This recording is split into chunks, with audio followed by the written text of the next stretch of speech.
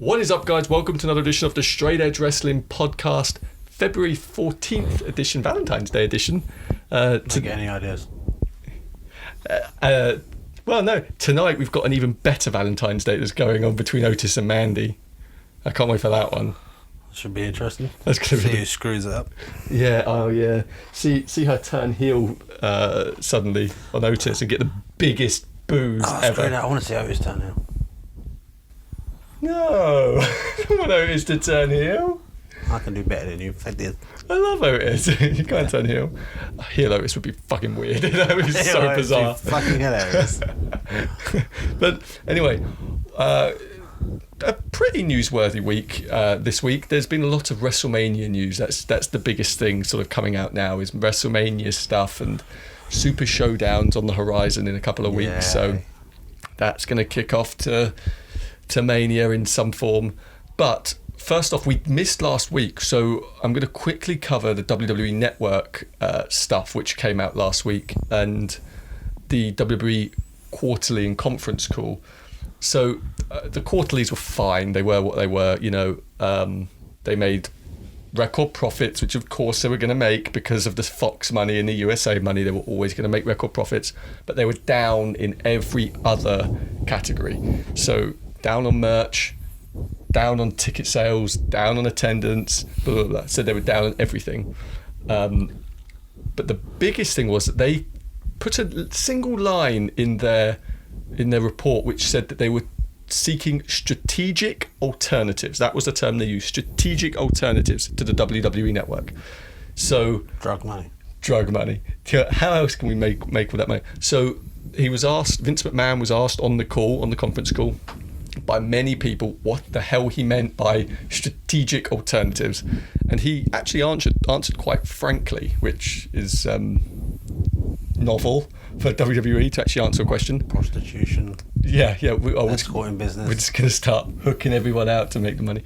And essentially, he said that they were looking to sell their pay-per-view rights to what he was calling the majors. That was the term he used, the majors, meaning ESPN Plus, Amazon, Peacock, which is NBC's service, those sorts of things. Yeah, but that's only just a quick buck, though, isn't it?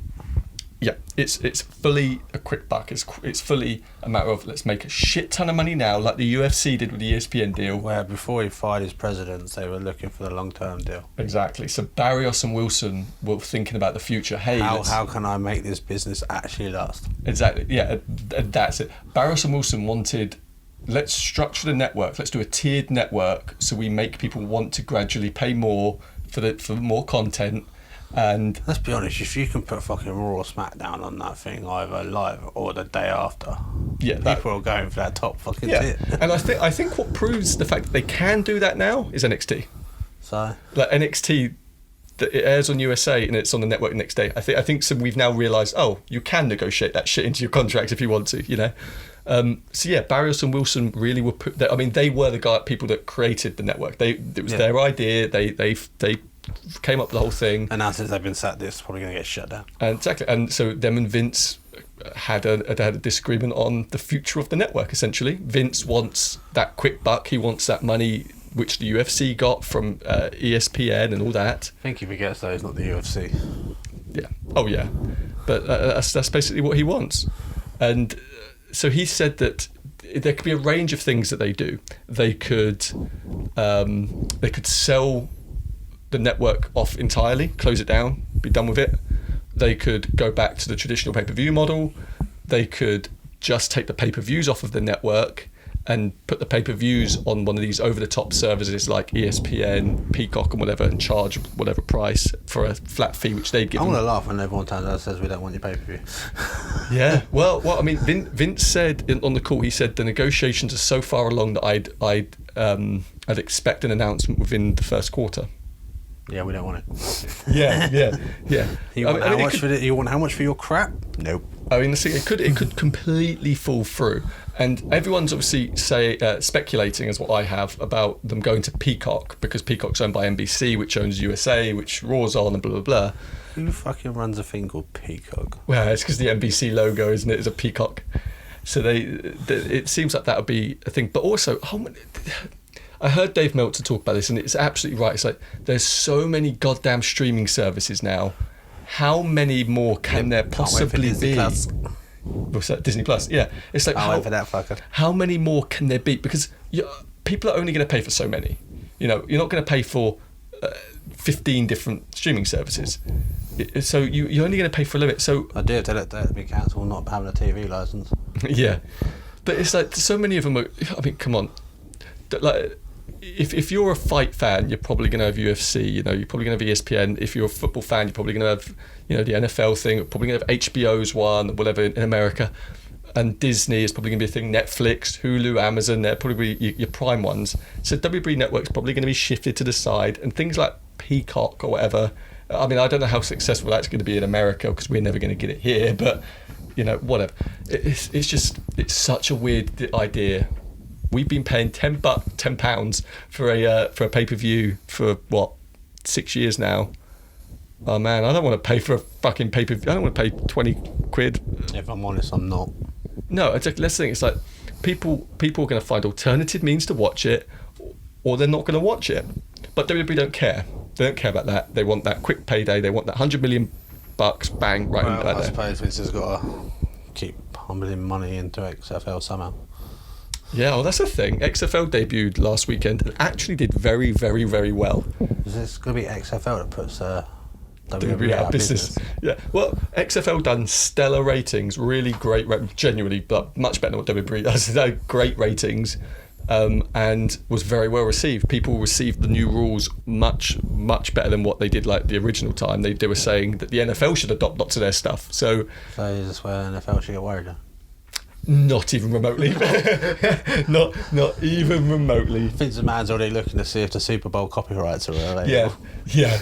No, I think the NFL's safe for a little while from the XFL. You know, no one's safe from Vince McMahon. What are you chatting about? But there's been interesting dialogue going around recently about how long does WWE stay in McMahon power, though? As you know, come on, Shane McMahon. Because like, does it actually, when Vince dies, does it go to anyone in the family? You know, because I mean, there's been a lot of speculation. You know, when Barrios and Wilson were fired, that stock dropped massively. And as they've said, the only way you can get that stock back up is by hiring a CEO external from WWE to run the company, or you know, president from external to run the company, because they're not going to trust a Triple H, as Stephanie McMahon, as Shane McMahon to run $1 billion company. Wall Street aren't going to allow it. The stock will fucking crumble. So, how long does it stay in McMahon hands? Eric Bischoff. Yeah, but he lasted 2 weeks in that job. That's because Vince McMahon's on reasonable working hours. I mean, yeah, it is true. Do a 12-hour shift, but I want you back here at 10 o'clock to do a thing, and we'll leave here at 3, come back at 5 hours. Yeah, no, it's true. But also, Eric Bischoff isn't a Wall Street businessman. He's not a top tier thing. Maybe that's what WWE needs right now. They need what Wall Street needs is they need someone from like Coca-Cola or Disney. You know, one of these big companies. Yeah, if there's someone from Disney right now, it's going to be stupid to go there. No, but I mean, like, you know, the head of Sony's just left Sony. You know, the president of Coca-Cola has just left. Signed a new PlayStation 5. So it's like these people have just left. So that's what Wall Street is saying. Like Morgan Stanley have said that's what they need to be able to get their stock back up. Without that, they're done for, basically, with the stock. Yes. With the stock, they're still a multi-billion-dollar company either way. We're on to wrestling news. So Super Showdown is next week, and we had the announcement of Goldberg versus Bray Wyatt. What did you think about the announcement? I don't know, if I'm honest. How come every time I try and have a drink on this podcast, you shout at me? Yeah, I need it to get through. Well, fuck this life.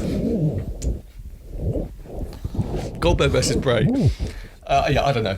It's a lose-lose situation. It's like, if Bray wins, you have but you've beaten a star attraction, someone that's a proven draw for you, both ratings and tickets. It can work well if you make Goldberg afterwards go fucked in the head and go psycho and evil. Right, yeah, but also almost kills Roman at WrestleMania. If Goldberg beats Bray, well, you've just fucking wasted a year's worth of fucking storytelling. You've probably wasted one of the best, one of the best characters they've created in the last 10 years, 20 years.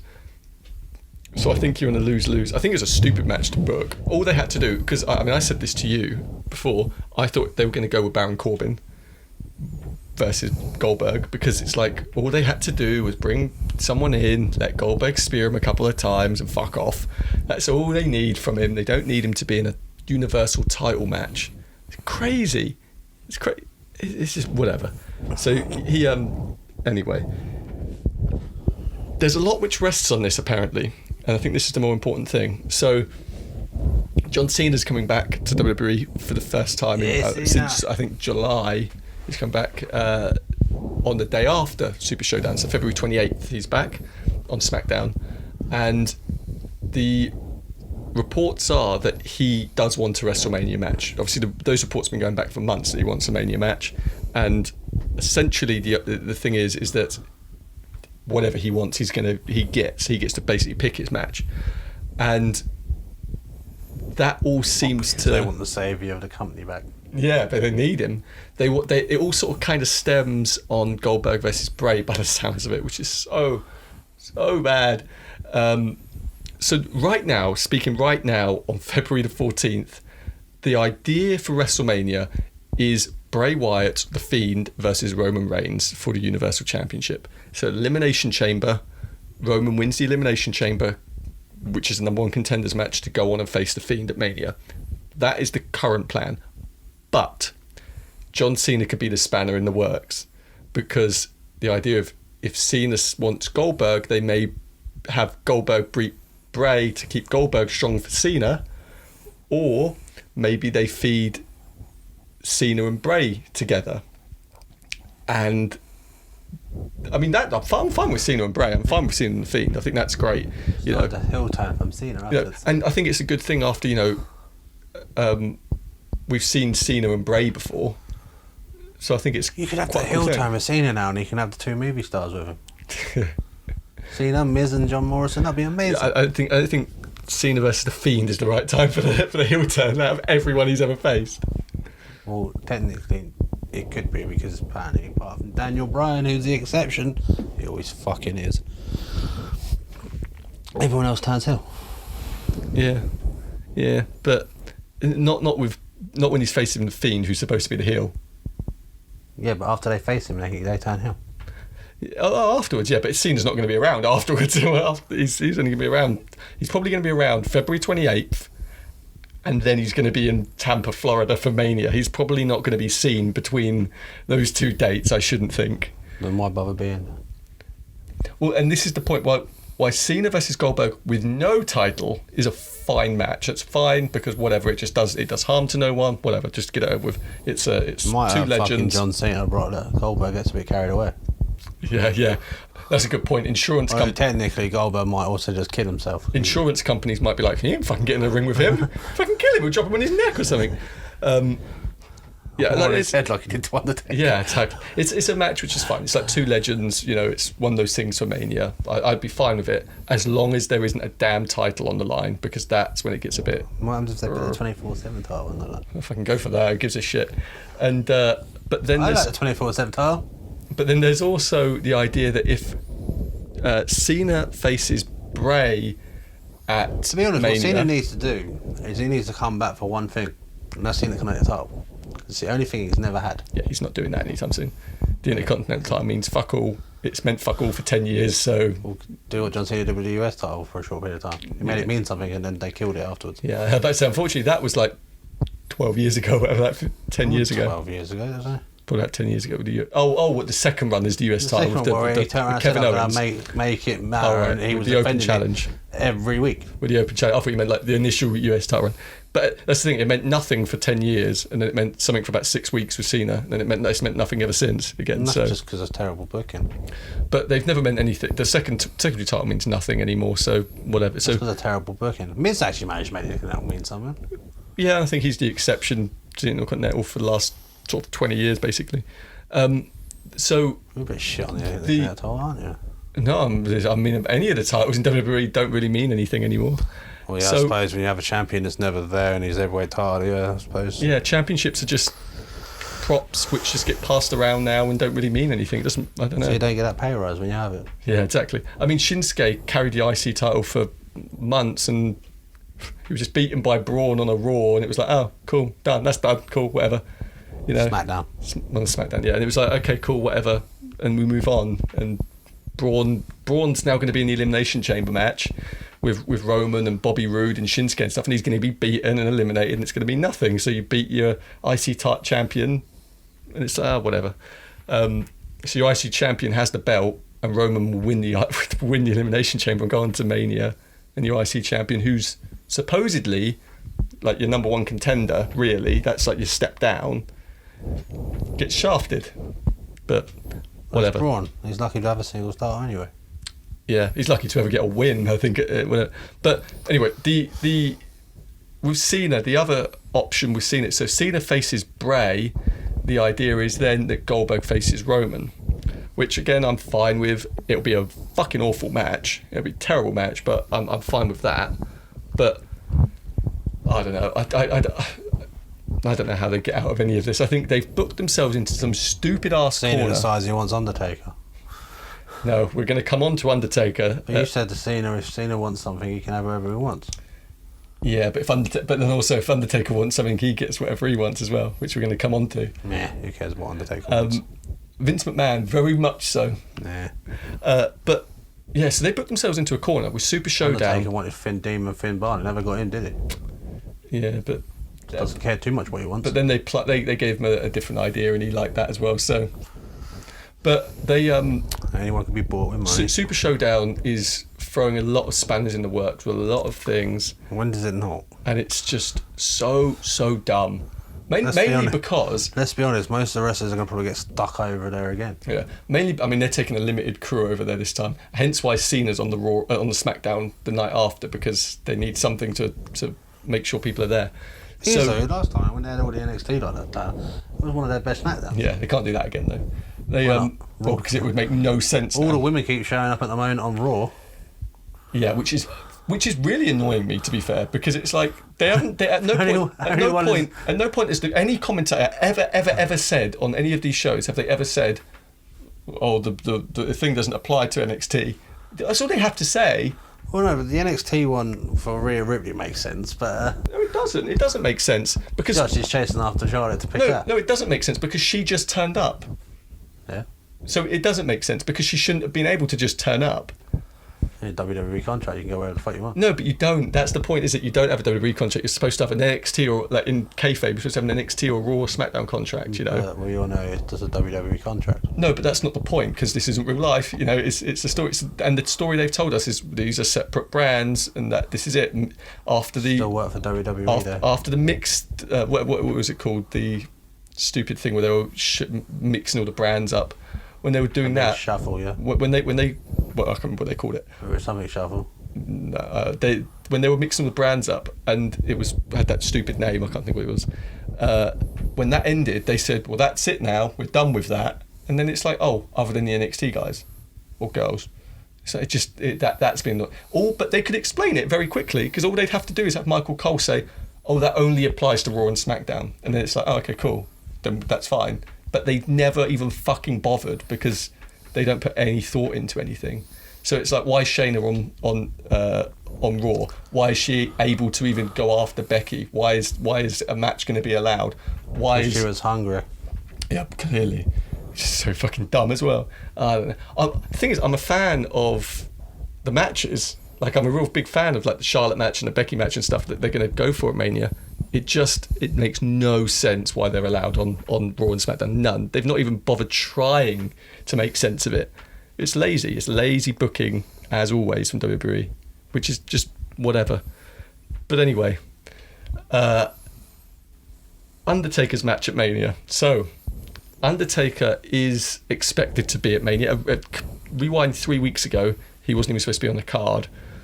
But he has been in negotiations. I think on our last video, I mentioned that he was in negotiations to do something on the card. And the match which he's reported to be going for is him versus AJ Styles at WrestleMania. Could be interesting. We'll see if Undertaker breaks his neck. Yeah, I mean, yeah, working with a younger guy, someone that's not even actually that much younger than Taker. Though, between then Undertaker and Randy Orton coming into the ring, they're going to add an extra hour on both of us for their entrances. Yeah. Yeah, and then if we get a Goldberg entrance, which we're going to get a Goldberg entrance, it's going to take a long time. Yeah, but he moves quickly. He just does his He does his thing backstage, though. He has to walk 18 miles for a football stadium to get to the ring. They're just going to build him a little room quickly just to walk through. For the side, yeah. AJ versus Taker could be fine. I mean, I'm fine with that. It's whatever. It's like it is. AJ's not in a major program right now. He's injured right now, actually. So yeah, I'm fine with that. I mean, he could probably get a decent 10 minutes out of Undertaker as long as they don't try and... but Vince has this weird thing with Undertaker where he wants him to do 30-minute matches, and it's like, the man's old. He can't do 30-minute matches. So I hope they don't try and do that. If they give him a nice 10 minutes, let AJ beat Taker. Do you think they're going to be worried about the timing on this one like they were for New York? I still fucked it. 2 hours late, yeah. They don't give a shit, do they? They're going to run for 8 hours and not give a flying fuck. They're going to break their record and do a 12-hour show, right? Probably. What it felt like in fucking New York. We also have, talking about WrestleMania, we also have Hall of Fame news. So WrestleVotes has broken the story that Jushin Thunder Liger, the Japanese legend, obviously he's a legend around the world, and he retired this year just after Wrestle Kingdom. So yeah, it seems like he's going into the Hall of Fame, which is kind of cool. Someone who deserves it. Oh yeah, and also the Bella Twins, which is a weird one. The biggest success is one marrying Daniel Bryan and the other one boning John Cena. Obviously, they were like as much as whatever they were, what they were. And Nikki being the longest running. They were instrumental in the women getting more time on TV. I think that's their legacy. Well, really. From what you hear from the women backstage, they're instrumental on getting women fired and keeping them off the brand. Yeah, no, but lots of the women, like you look at like Natalia and Paige and all that. They all point to Bella's as being the reason that the women got time on TV and why and they were pushing for like Ronda to get a bigger to come in, and they were pushing for all these different women, and they were you hear all these different women speak very highly of the Bellas. I also hear most women, they all thank Triple H for all of that, or Stephanie. I hear Triple H. I don't ever hear Stephanie's name ever mentioned. Well, Stephanie is the one. Stephanie likes to thank herself. Stephanie is the one which is thanked by most of the women. Like Natalia always thanks Stephanie for helping the women's revolution when Stephanie did nothing, and Triple H did nothing either. But by all accounts, gave them time on NXT to make it. By all accounts, it was the Bellas and it was Paige and it was AJ Lee that really pushed started the push for the women. So I think for that's really their big thing. And they have been around for a long freaking time. They have done a lot. They've been in a lot of main events and stuff. So whatever. Look, Coco Beware's in the Hall of Fame. So I'm not going to say no to it because I'm seeing Nikki once again. I love. Yeah, I mean, I'm fine with it. I think there's lots of people in the Hall of Fame which shouldn't be in the Hall of Fame. They're both going to have a freaking belly. Yeah, at this point, yeah. I wonder how far along they will be. But yeah, I mean, I'm fine with it. They're not. It baffles me though that like they're in there and Miss Elizabeth isn't. Like that sort of thing. That baffles me a little bit when you got women like Miss Elizabeth China isn't in there, like as a solo and all that, and you get the Bellas, but that is what it is. And finally, I think we'll finish on this note, which isn't going to be a great note. But so Nyla Rose won the Women's Championship, AEW Women's Championship this week, and the response has been mixed. We'll say that. There's been lots and lots of assholes out there. Being fucking horrid, basically. Well, where were these arseholes when Santina Morello won the Divas Championship as Kane's sister? They were probably there. We just weren't part of the Twitterverse back then. But really horrid things. There wasn't much of a Twitter back then. Yeah, exactly. That's what I mean. So you go on AEW's Twitter and you see where they announced that Nyla won, and you look at all the responses underneath it. It's fucking horrific. Get over yourself, guys. Well, there seems to be more arguments now on that thing of people defending her and people just trying to... Yeah, it's just... It's horrific. But I think it's good. I think it's a good step forward. And I remember when that original women's thing was being set up, I was all for Nyla winning it because it was like... I'll be happy if Nyla's there most weeks now, and I'm happy to defend the belt and be there. Yeah, that's all I really care about. I don't care who's holding it. Just please be consistent with it. That's really it. That's all I want from WWE with a WWE Championship. Yeah. I don't care who's holding it. Just be consistent. Bacon looks strong. It's all that matters. Yes. End of. Anyway, that's all we got this week. Join us next week for another Straight Edge Wrestling podcast. Head on over to Twitter and follow us at SEW_podcast. Subscribe here on YouTube, on iTunes, Spotify, all those good things. And we will see you next time. We are out.